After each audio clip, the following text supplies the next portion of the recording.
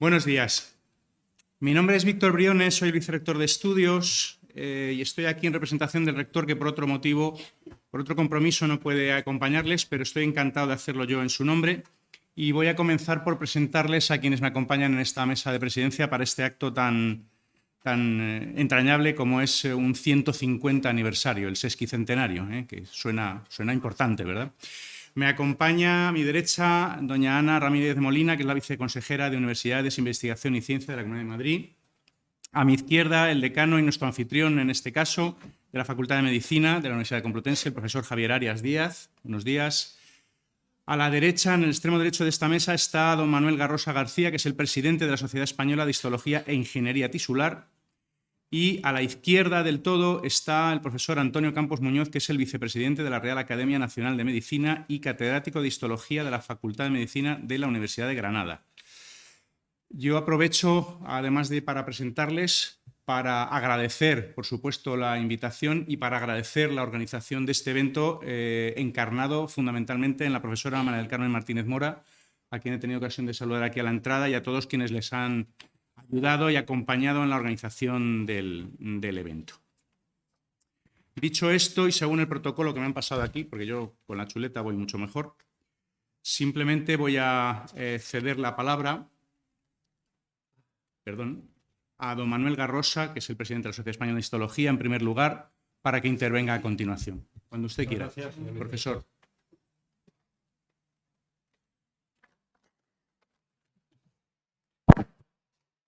Ilustrísimas autoridades, queridos compañeros, señoras y señores.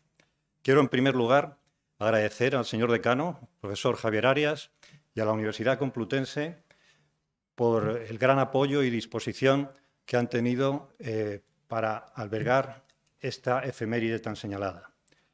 Es para mí un gran honor poder dirigir estas palabras en nombre de la Sociedad Española de Histología en el sesquicentenario de la primera cátedra de Histología de España, es decir, del inicio oficial de la histología en nuestro país.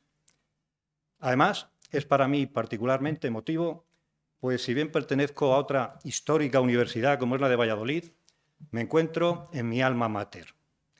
Yo era uno de esos estudiantes que en gran número nos acompañan, que comienzan a aprender medicina por estas aulas y a los que agradecemos efusivamente su presencia. Vosotros nos dais frescura y vigor, como dicen ahora en el fútbol, energía. Asimismo, quiero agradecer a las profesoras Carmen Martínez y Elena Giné por sus diligentes gestiones como comité local.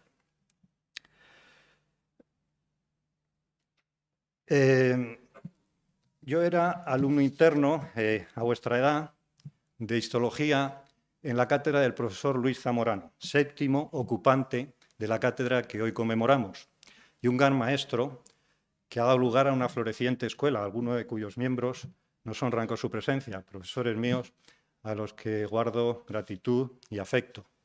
En una cátedra, departamento de una universidad que entonces estaba evolucionando según los principios democráticos.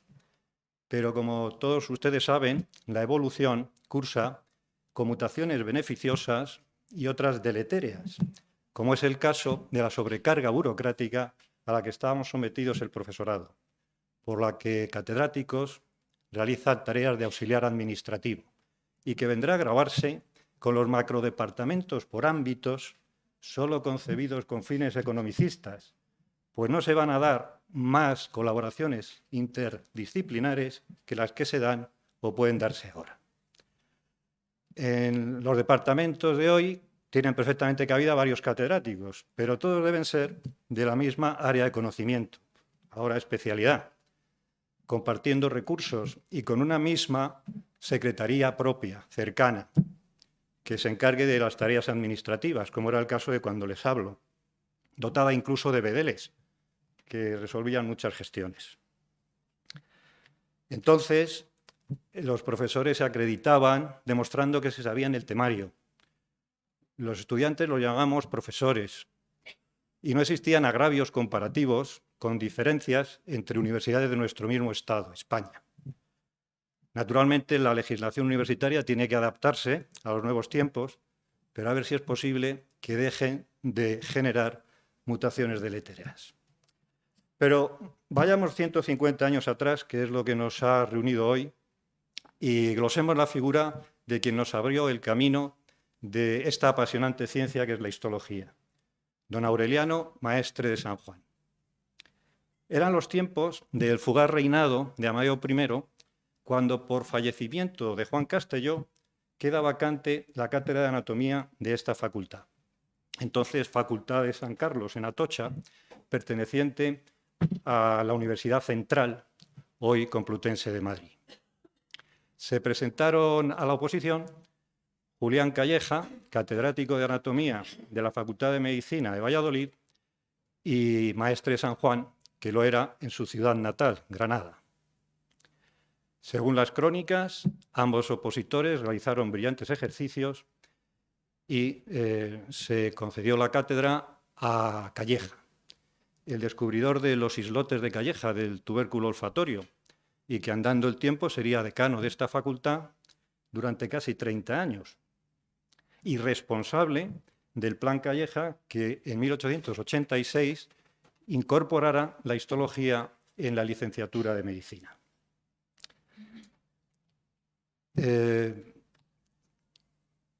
Pero tanto el público como, por supuesto, el tribunal habían quedado impresionados por los conocimientos que sobre histología había demostrado Maestre, quien se había apasionado por la histología en los primeros años de la carrera con las lecciones que dentro de la asignatura de Anatomía General dictaba en Granada el catedrático Mariano López Mateos.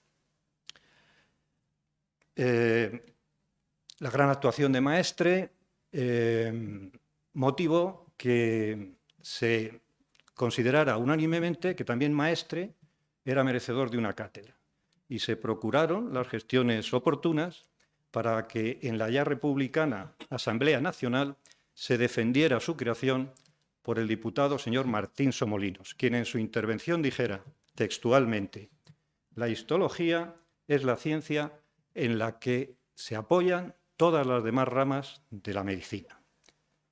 La moción fue aprobada y se creó una cátedra especial de histología normal y patológica, dotada con el sueldo anual de 5.000 pesetas, unos 22.000 euros de hoy. La recién creada cátedra fue convocada a concurso de traslado entre los catedráticos de anatomía y, solicitándola solo Maestre, fue propuesto para ella, de la que tomó posesión el 11 de julio de 1873, hace 150 años y casi 2 meses. Volvía Maestre a la facultad en la que había terminado la carrera, obligado a desplazarse por el Plan Mata de 1843, que cerraba las facultades de medicina de provincias, dejando solo la de Madrid y Barcelona. Aquí había hecho Maestre también su doctorado, ganado una plaza de ayudante conservador de piezas anatómicas y ejercido de profesor sustituto de Viñals Rubio, antes de su regreso a Granada, ciudad en la que en 1856 describe el síndrome de hipogonadismo con agenesia del bulbo olfatorio, sobre el que Kalman y Demosier, 88 años y 98 respectivamente después, publicarán en revistas de difusión internacional, incorporando así su nombre como epónimo en el síndrome de Maestre Kalman-Mosier. Cuando con 32 años Maestre sucede en la cátedra de Granada a López Mateos, monta un laboratorio de histología y se procura la mejor formación posible en la especialidad, comprando de su bolsillo la bibliografía más actual y visitando los más reputados laboratorios europeos, en Francia, Alemania, Holanda, Inglaterra y Bélgica, siendo de destacar particularmente las enseñanzas técnicas recibidas del venezolano Eloy Carlos Ordóñez, colaborador de Gauvain en París. De manera que una gran dedicación al trabajo, unido a la elevada capacidad intelectual de la que estaba dotado le permitirían brillar en las oposiciones en Madrid y le abrirían el camino a la cátedra que hoy conmemoramos, separando definitivamente la histología de la anatomía. Mientras que la anatomía estudia las estructuras de los seres vivos macroscópicamente, la histología estudia las células y tejidos de los órganos por su estructura, composición química y función, empleando fundamentalmente el microscopio. Con la cátedra de Maestre en Madrid da comienzo la histología en la universidad como asignatura optativa del doctorado, llegando los estudiantes a su laboratorio a cursarla. Y entre los de 1877 se encontraba Santiago Ramón y Cajal, que queda fascinado por las preparaciones histológicas que le muestra fundamentalmente el ayudante de Maestre Leopoldo López García, que sería el primer catedrático de Histología Normal y Patológica de la Facultad de Medicina de Valladolid. En 1879 publica el Tratado Elemental de Histología Normal y Patológica. En 1885 es nombrado académico numerario de la Real Academia Nacional de Medicina, con el sillón número 2, y en 1888 ocurre el desgraciadísimo accidente. Manipulando un frasco de sosa cáustica concentrada, se le rompe y le salta la sosa a los ojos. Tras varias intervenciones, queda prácticamente ciego. Se puede comprender lo que supone esto para un histólogo, privarle de los maravillosos paisajes que contemplamos cuando miramos por el microscopio, de la pasión de su vida por descubrir mundos nuevos, tratando de dar explicación a la estructura y función del cuerpo humano. Deteriorado física y mentalmente, se retiró a Alicante para recuperarse, pero a los pocos meses el agravamiento de una insuficiencia cardiorrespiratoria acabaría con sus días a los 61 años. Maestre es uno de los grandes de la ciencia española. Además de ser un trabajador infatigable en el laboratorio, era un apasionado por la docencia. Sabiendo transmitir y contagiar su entusiasmo dentro y fuera de la universidad. Pues por un lado, crea escuela desde su cátedra y por otro, fuera de ella, sabe aglutinar a otros histólogos para fundar la sociedad histológica de la que somos herederos, la Sociedad Española de Histología e Ingeniería Tisular, manteniendo hoy día en nuestros estatutos los mismos fines que enunciaron entonces.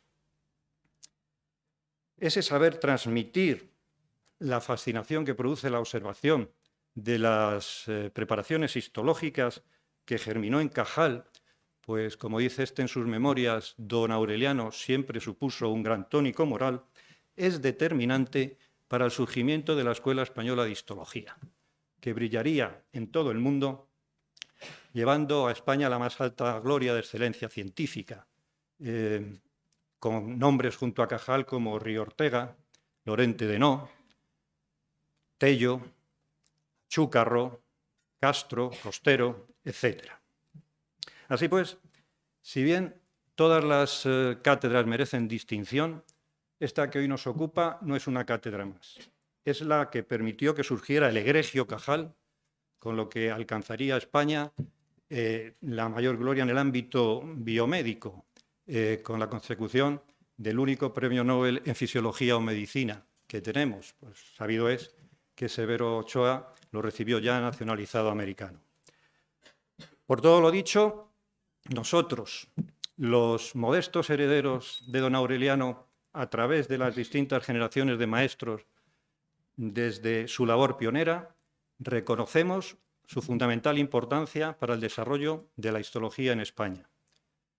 Y agradeciéndoles su esfuerzo en el trabajo y excepcional magisterio, portamos la antorcha universitaria de esta apasionante ciencia que es la histología y con profundo admiración rendimos este homenaje en su honor. Muchas gracias.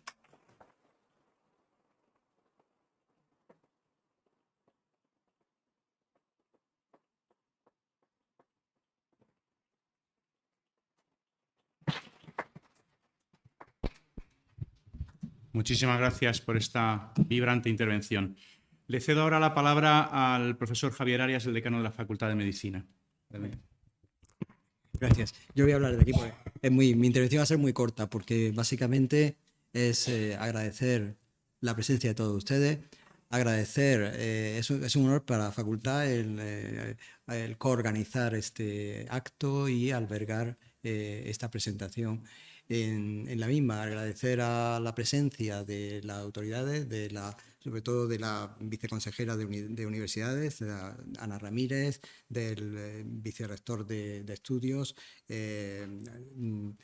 Víctor Briones, de Manuel Garrosa, el presidente de la Sociedad Española de Histología e Ingeniería Tisular, y de mi gran amigo Antonio Campos, que casi fue profesor mío en la Universidad de Granada. Luego le dio clase a mi hermana, que venía después, pero que además hemos tenido muchos contactos a través del Carlos III, a través de la Real Academia ahora. O sea que es un gran placer también tenerlo aquí. Cuando se organizan este tipo de actos en la facultad, siempre un poco digo algo parecido, y es que me parece muy importante. Yo hace muchos años que era bastante más ignorante, o un poco, yo siempre pensaba, bueno, tanta parafernalia, tanta liturgia, esto de la universidad. Yo soy de cirujano y somos generalmente un poco más pragmáticos y menos dados un poco a lo que rodea al punto que hay que dar, ¿no? O al vaso que está sangrando y que hay que tapar, ¿no? No entendía bien exactamente la importancia de este tipo de eventos. Con los años, pues se va uno dando cuenta de que tienen una trascendencia tremenda. Porque también se da uno cuenta, cuando mira alrededor, de que hay mucha gente muy despistada. Muchos jóvenes y adultos despistados, ¿no? Tienen claro. Y este tipo de actos lo que hace es crear referentes, crear modelos a imitar. Es decir, mira, esto en conjunto, aquí consideramos esto bueno, consideramos esto importante. Y para quien quiera entenderlo, tiene ahí una referencia para ir por aquí. Mira, nos parece en conjunto a una gran mayoría de personas con un cierto nivel académico, intelectual o como queramos considerarnos, nos parece que este es el camino adecuado. Y muchas personas jóvenes, que al final son nuestro objetivo, personas que están buscando referentes, están buscando caminos, no encuentran por dónde ir en su vida, pues tienen ya una referencia. Y creo que es un referente fundamental, como ya se ha explicado.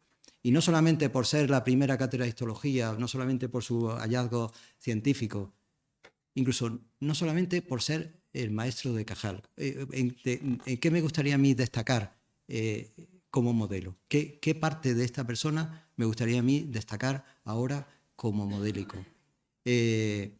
Evidentemente, a don Santiago Ramón y Cajal le enseñaría muchas cosas, porque de hecho, bueno, pero eso hacen todos los maestros con todos los discípulos, ¿no? Estamos subidos sobre hombros de gigantes, tenemos unos conocimientos previos que intentamos transmitir mejor que bien, y los discípulos pues que construyen sobre esos conocimientos. Pero hay una cosa fundamental que me parece a mí. Don Santiago Ramón y Cajal era una persona muy sensible, con una parte emocional tremenda. Fijaros que era artista, y eso sus dibujos demuestran. Fijaros que era poeta. Él decía, las neuronas, lo primero que decía era que eran las mariposas del alma. La sinapsis, las uniones entre neuronas que él descubrió que no eran continuidad, decían que eran los besos entre.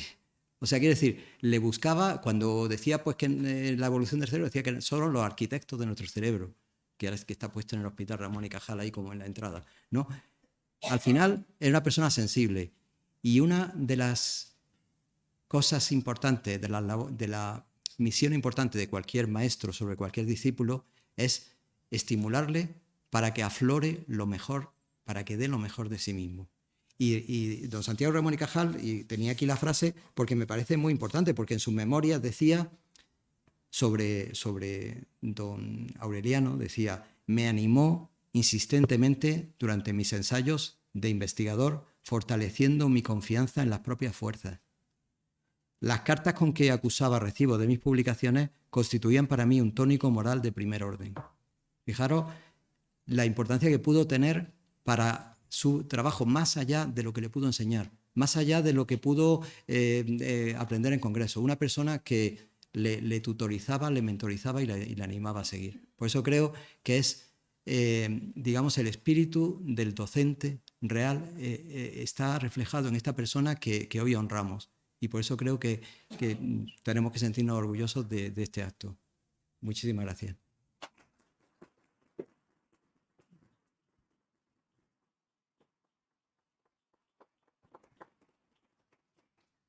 Muchísimas gracias, profesor Arias. Le cedo ahora la palabra a doña Ana Ramírez de Molina, que es la viceconsejera de Universidades, Investigación y Ciencia de la Comunidad de Madrid. Cuando quiera, Ana. Gracias.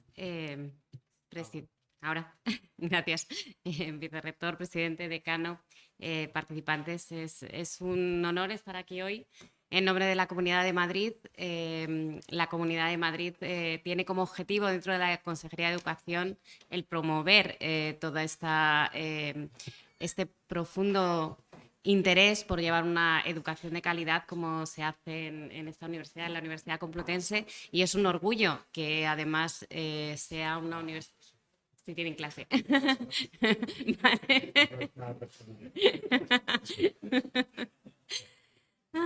Sí, porque podía parecer. Bueno, es todo, como decía, es todo un orgullo para la Comunidad de Madrid que la primera cátedra en histología sea en una universidad madrileña y en una universidad como esta.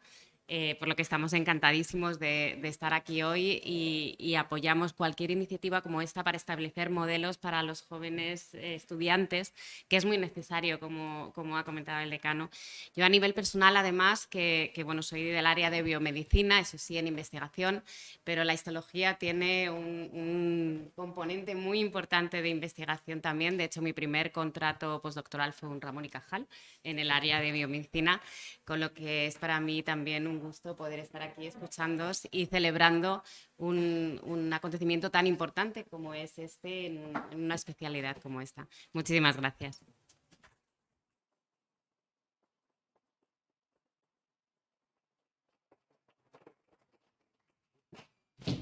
Y para finalizar estas intervenciones, antes de descubrir la placa que vamos a descubrir dentro de unos momentos, le voy a ceder la palabra al profesor Antonio Campos Muñoz, que nos va a dar una conferencia cuyo título reza La histología, el futuro de una mirada, entre paréntesis 2030.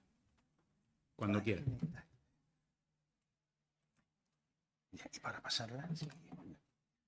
Bien. Ilustrísimas autoridades, señor vicerrector, señora viceconsejera, querido decano y amigo, querido presidente de la sociedad y queridos amigos todos. Es un placer poder ocupar este lugar y agradezco mucho al presidente de nuestra sociedad que me haya invitado a ello en un acto que realmente es muy importante. Es muy importante porque conmemoramos el origen de lo que ha sido concretamente lo que ahora voy a denominar la mirada microscópica, la mirada histológica en nuestro país.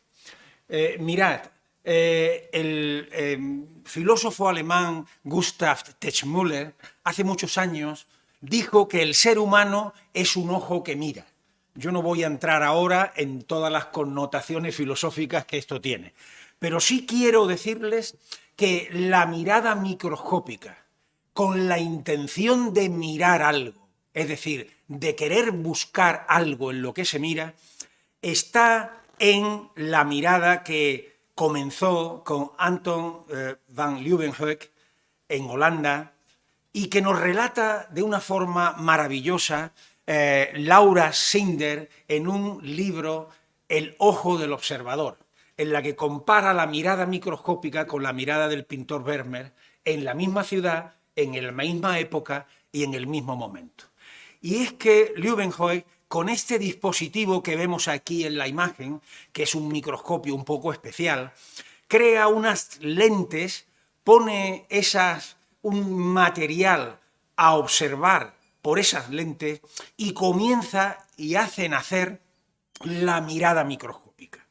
Pero esta mirada microscópica es una mirada que muy pronto va a evolucionar en 4 direcciones.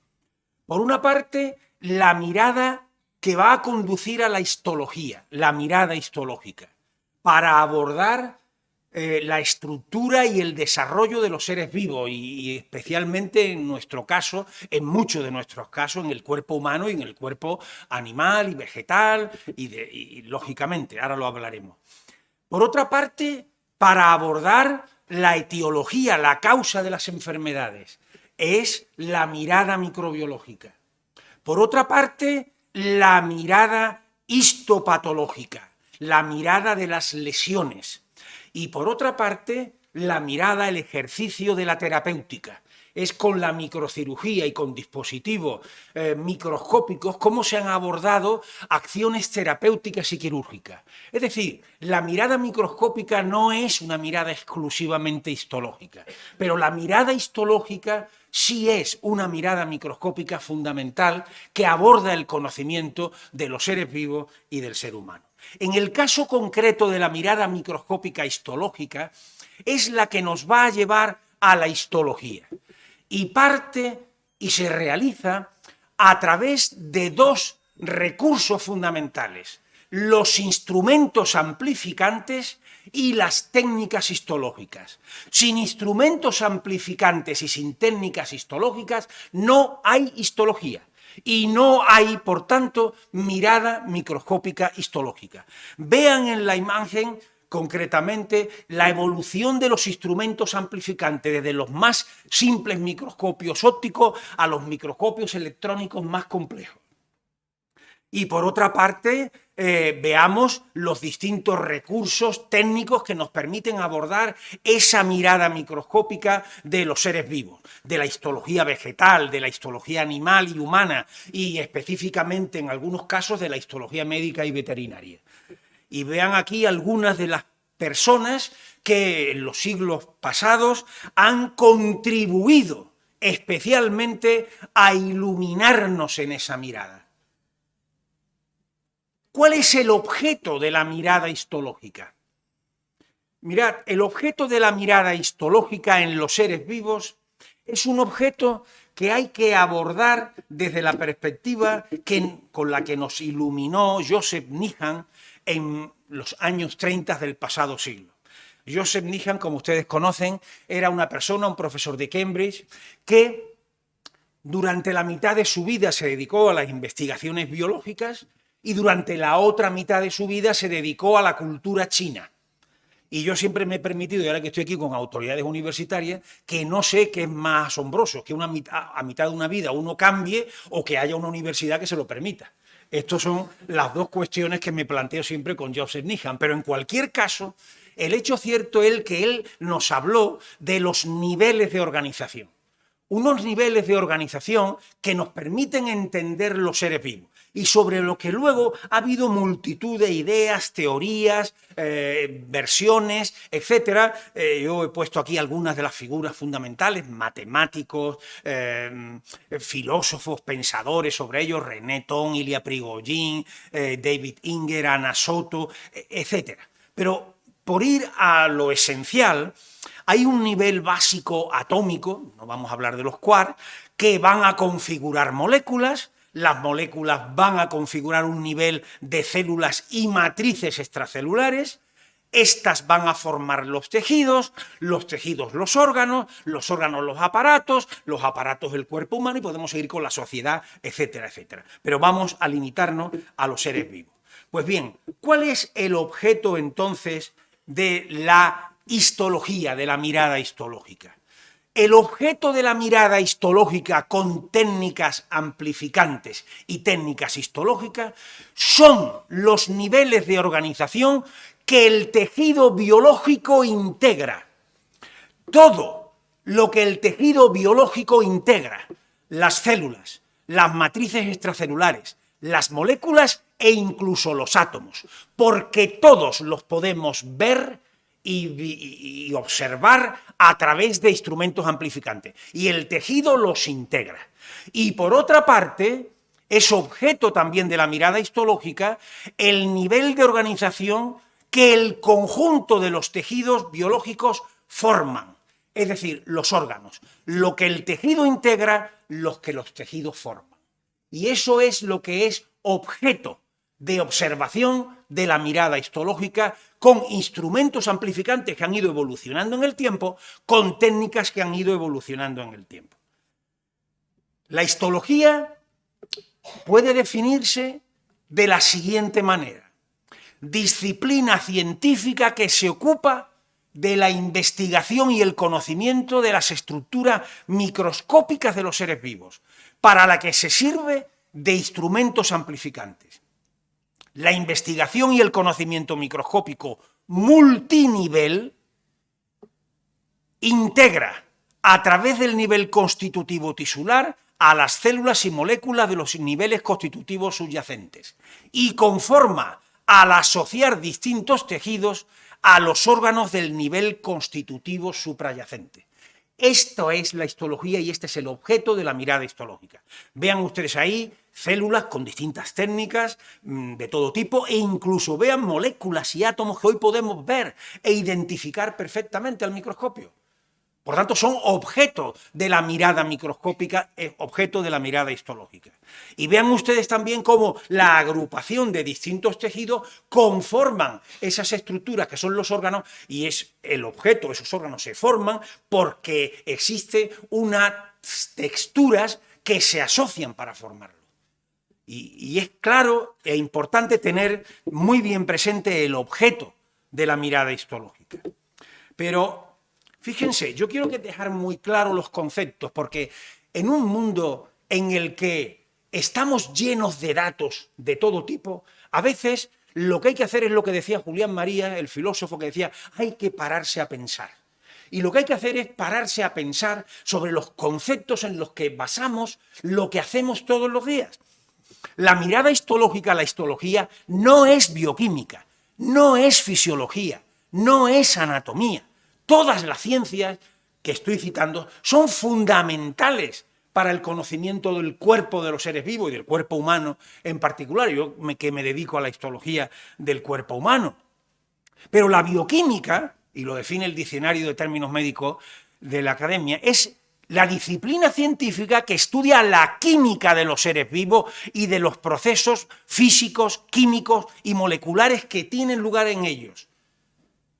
Es, por tanto, fundamentalmente un estudio químico de las estructuras y de los procesos que configuran y que existen en esos seres vivos. La fisiología es la disciplina científica que estudia la función de los seres vivos y de sus componentes, así como de los procesos físico-químicos implicados en ella. La anatomía es la disciplina científica que estudia con ojo desnudo las características morfológicas del cuerpo humano o de cualquier cuerpo animal y de la forma, la situación y la relación entre las diferentes partes que lo componen. La mirada histológica, la histología, contribuye al desarrollo de la bioquímica, la fisiología y la anatomía, como ocurre con otras disciplinas. La química orgánica es fundamental, contribuye a la bioquímica, pero no es bioquímica. La radiología contribuye a la anatomía, pero no es anatomía. ¿Me explico? Y es importante clarificar estas cosas. La histología, con los instrumentos amplificantes, con las técnicas histológicas, contribuye a la bioquímica, hacemos histoquímica porque nosotros con la mirada microscópica identificamos, ubicamos, localizamos las moléculas en los tejidos, en las células, en todos los elementos. Pero nosotros ayudamos a la fisiología porque establecemos las bases estructurales que permiten explicar la función. Sin conocer la estructura del glomérulo renal, no es posible explicar la filtración. No es posible. Pero el conocimiento histológico del glomérulo renal no es fisiología, porque necesitamos los instrumentos amplificantes para verlo. ¿Que hay que sumar todo ese conjunto de información? Por supuesto. ¿Que hay que trabajar en conjunto? Por supuesto. Pero cada uno tiene que conocer el concepto de lo que hace, el instrumento que utiliza y saberlo claramente. Y la organografía es la que establece la integración sumatoria de las texturas que explican la morfología anatómica. Y si ya sabemos el objeto, vamos ahora a conocer los objetivos. ¿Cuáles son los objetivos de la histología? En las ciencias de la salud, que son las ciencias en las que yo y los grupos nuestros pues, hemos dedicado nuestro trabajo. ¿Qué mirar en los tejidos del cuerpo humano, en este caso? Pues mirad, con métodos amplificantes y en los distintos niveles de organización, el objetivo de la histología es el estudio, la investigación y el diagnóstico de los tejidos en estado no lesional, no las lesiones. Las lesiones, el estudio de las lesiones lo hace la histopatología. La histopatología no es histología. La histología estudia concretamente los estados no lesionales y tiene que estudiarlo en los estados euplásico, proplásico y retroplásico. Y ahora voy a explicar muy brevemente qué significa eso. Es decir, el objetivo de la mirada histológica en el cuerpo humano tiene que estudiar los estados euplásico, proplásico y retroplásico en los distintos niveles de organización con los métodos amplificantes. El estado euplásico es el estado ortotípico o estado de salud y las variaciones existentes entre ellos. Es decir, cualquier estructura de nuestro cuerpo en estado de salud, con sus variaciones, que las tiene el estado de salud, es objetivo fundamental de la histología. Pero lo es también el estado proplásico. ¿Qué es el estado proplásico? El estado proplásico son los procesos de renovación, regeneración y reparación tendentes al mantenimiento y recuperación del estado de salud. Es decir, que los tejidos se renuevan y hay que estudiarlo.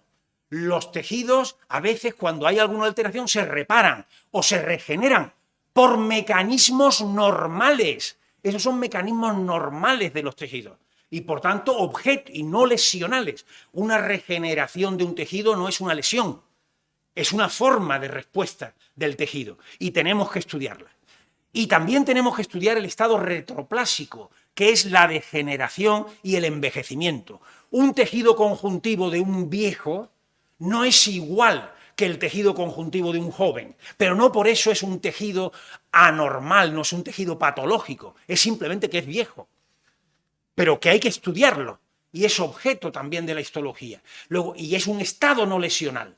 Por tanto, los estados no lesionales son el objetivo fundamental de la histología. ¿Y para qué? Viene ahora. ¿Y para qué mirar los tejidos no lesionales del tejido? Pues para su utilización en el diagnóstico y para su utilización terapéutica. Para identificar el sustrato estructural microscópico donde asientan las lesiones. Para identificar la respuesta histológica natural que contribuye a reparar las lesiones. Por ejemplo, un tejido conjuntivo, un tejido cartilaginoso alterado y la sustitución por un tejido conjuntivo denso. Es que ese tejido conjuntivo denso es una reparación con un tejido normal. Es una respuesta normal del organismo, no es una lesión. Y también para identificar las respuestas histológicas que generan las acciones terapéuticas que contribuyen a reparar las lesiones. Cuando a veces se estructura concretamente una determinada terapéutica, se producen reacciones normales. El callo de fractura no es una lesión. El callo de fractura es una forma de reparación del organismo para que el traumatólogo a veces dispone una serie de mecanismos para que se pongan en marcha, pero no es una lesión. Y por otra parte, para la terapéutica, hoy día sabemos que los tejidos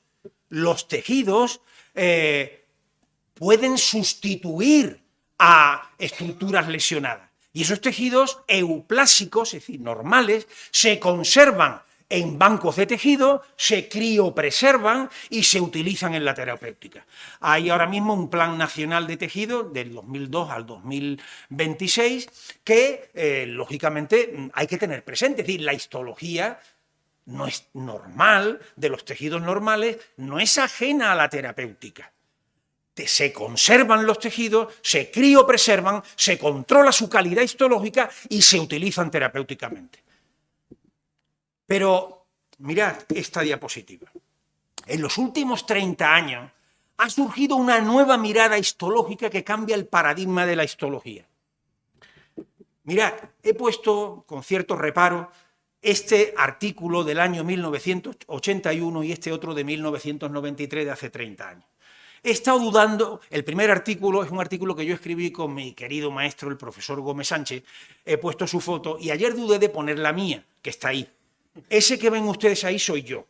Pero es que creo que no hay nada más gráfico para ver el paso del tiempo que una imagen. Entonces yo tenía la diapositiva preparada con solo 1981. Digo, no, voy a poner cómo era yo en 1981. Y en 1981, pues ustedes ya pueden ver el paso del tiempo. Son 42 años después. Ese artículo se llamaba ¿Existen los tejidos? Era una pregunta.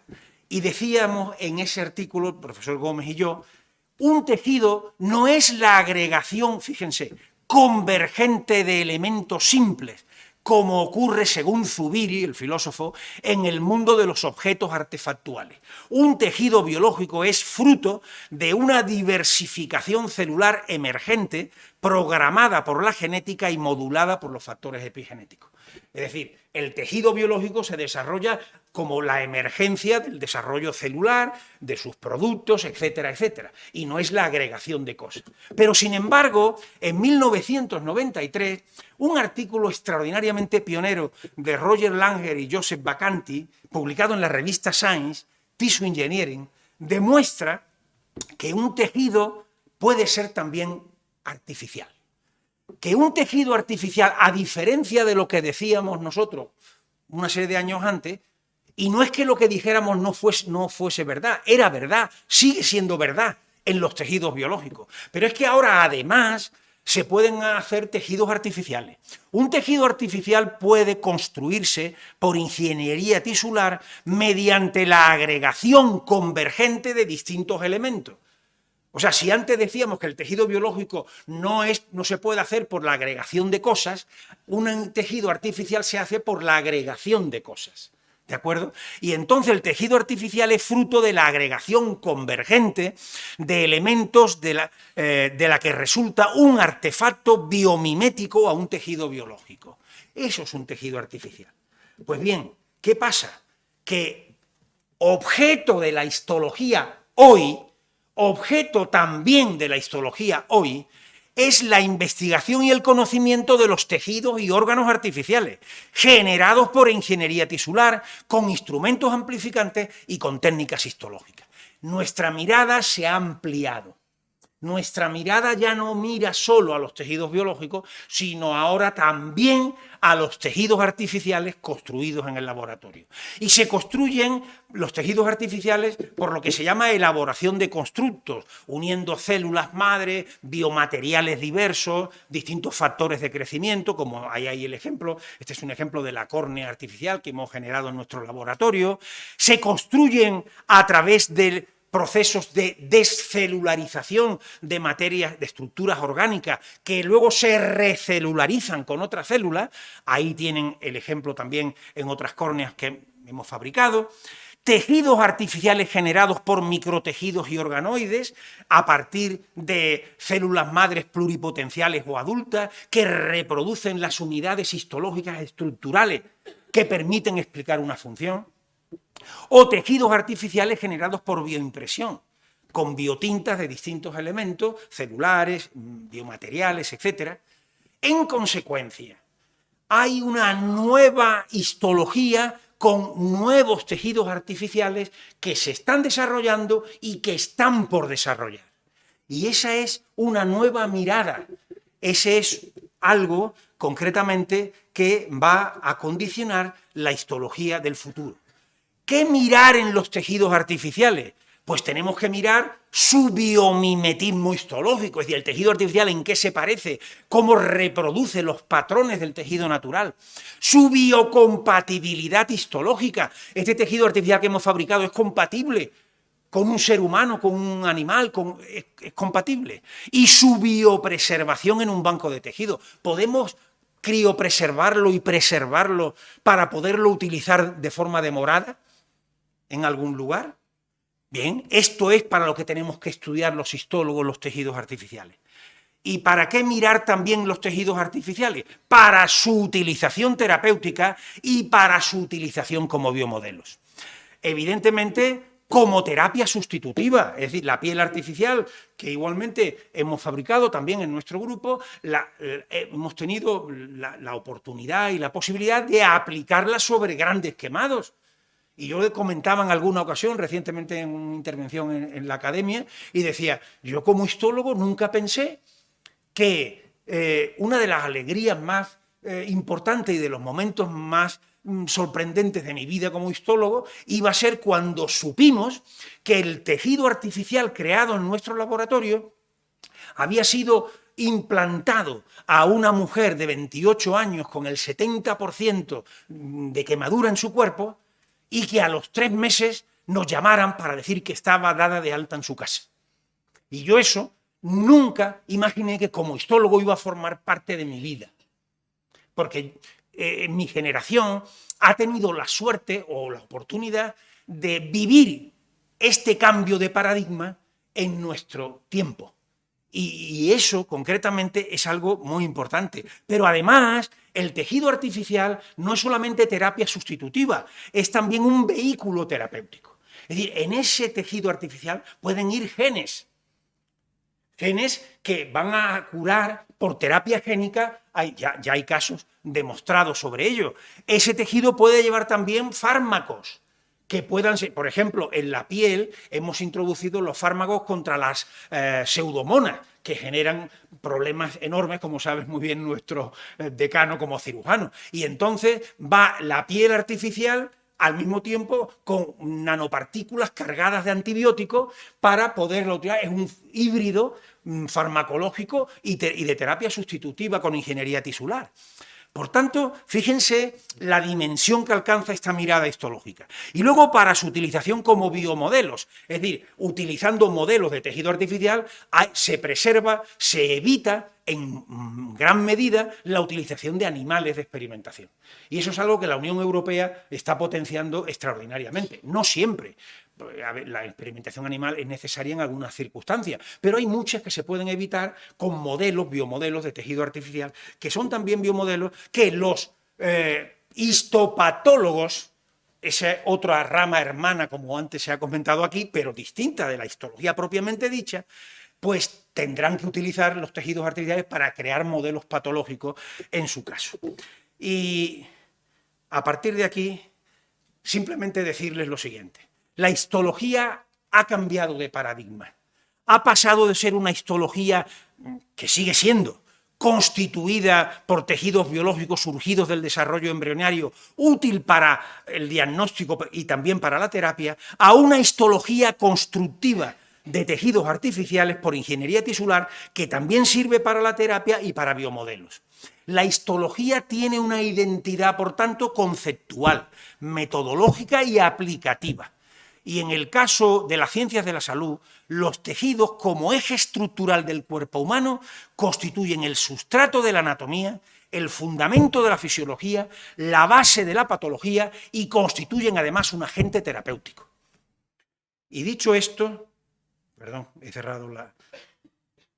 Y dicho esto, ya para ir terminando, en 1873 la mirada histológica, la histología, se institucionaliza en España en la Facultad de Medicina de Madrid. La Facultad de Medicina de Madrid tiene el honor, como bien ha dicho antes la viceconsejera, de ser la institución en la que se institucionaliza una forma de mirar que ha sido decisiva para la salud, para el conocimiento del avance científico y que es una mirada que, como también ha dicho muy bien nuestro presidente, en 1886 se expande al resto de las facultades que entonces existían de medicina, que eran Madrid, Barcelona, Granada, Santiago, Cádiz, Valencia, Valladolid, Zaragoza, Salamanca y Sevilla.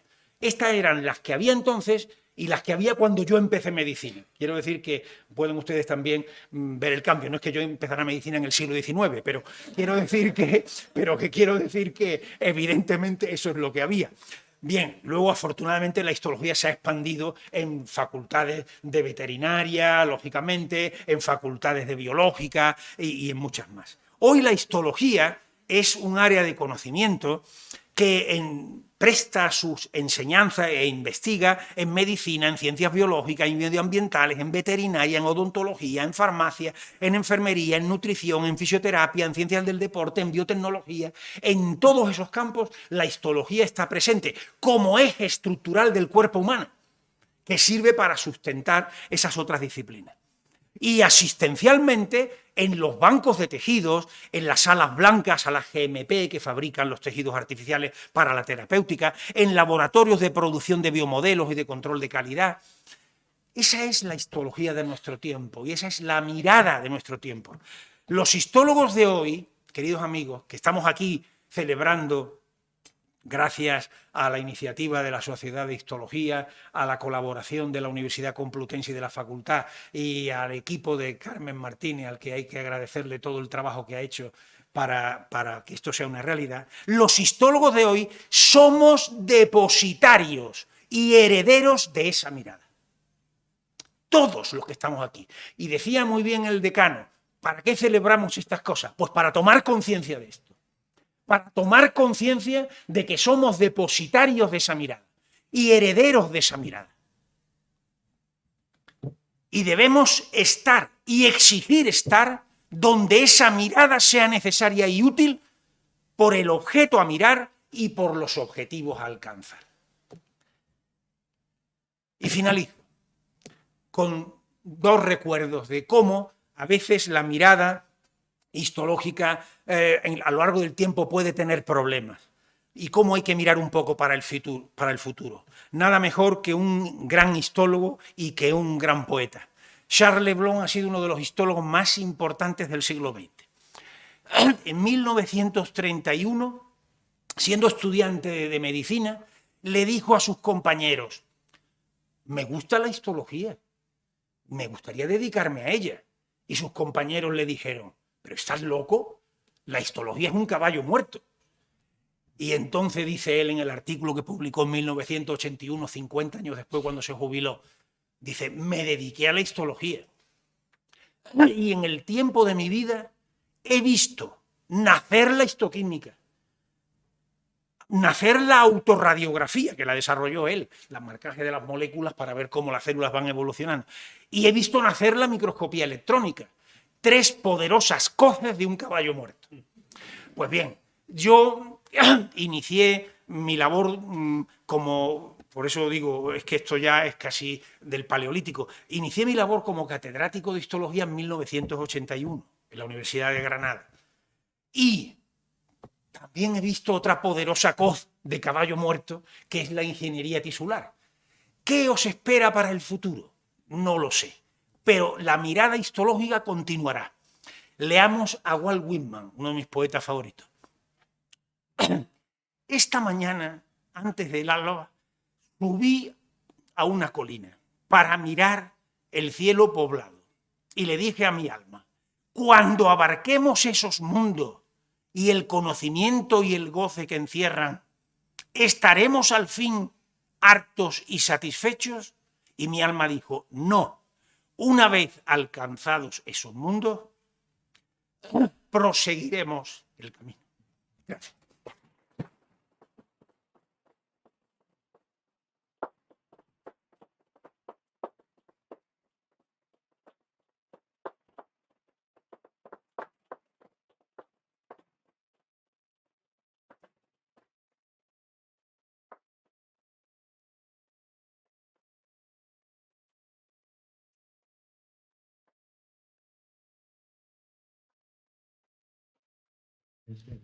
Bueno, cualquiera interviene ahora. Bueno, el profesor Campos nos ha dado alguna muestra del paso del tiempo, pero yo creo que el entusiasmo no mengua, por lo menos en su caso.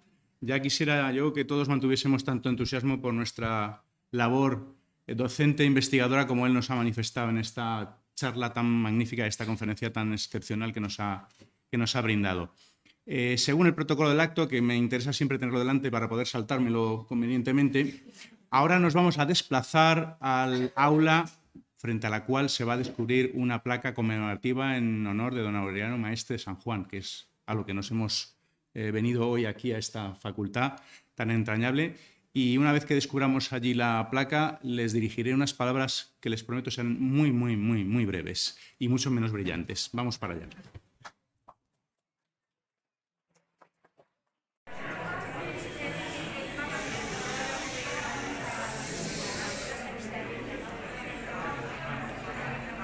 Vamos a descubrir a Limón, el decano y yo, rápidamente.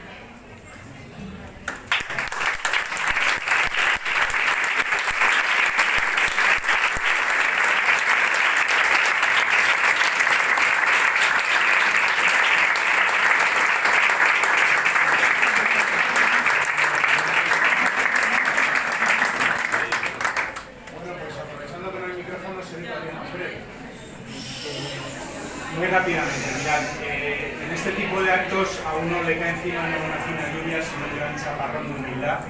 Entonces tiende a hablar poco para no meter la pata respecto a lo bien que se han expresado todos los que han precedido el uso de la palabra.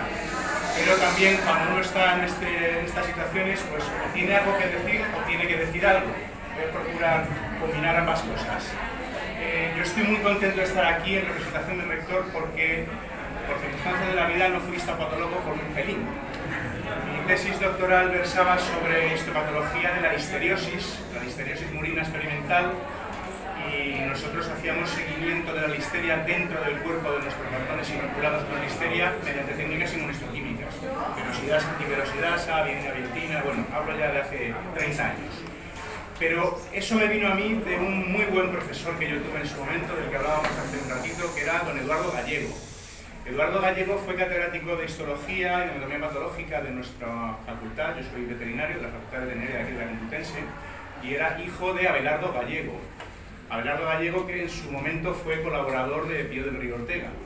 El profesor Gallego siempre nos decía en clase que era un tipo con una sorna especial, bueno, fue represaliado político, etcétera, etcétera, tenía una sorna particular, y nos hablaba siempre de Pío del Río Ortega. Dice, el tercer Ortega de los años 30.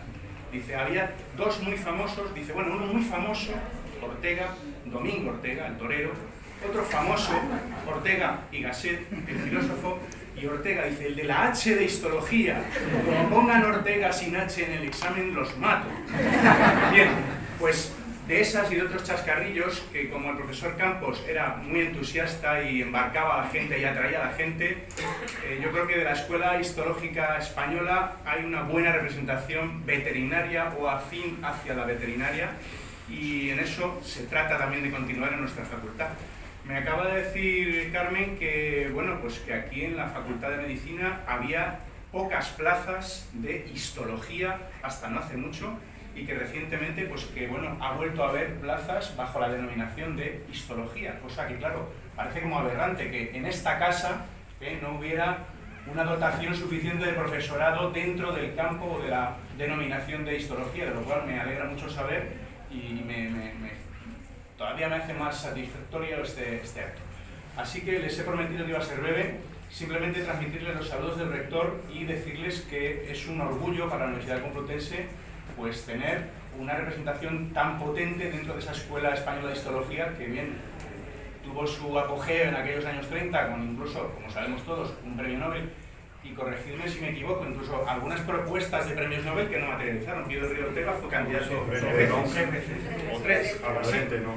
Quiero con ello decir que evidentemente la histología y la Complutense van de la mano, y por tanto es un orgullo descubrir esta placa en memoria del 150 aniversario de la creación de la primera, y con el nombre de un maestro de tantos maestros, porque yo creo que el asunto principal de un maestro es crear a su vez escuela, no solo discípulos, sino escuela de maestros, y en este caso el profesor Maestre de San Juan creo que lo fue.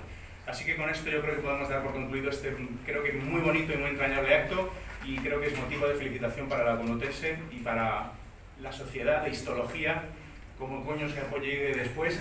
Muchas gracias.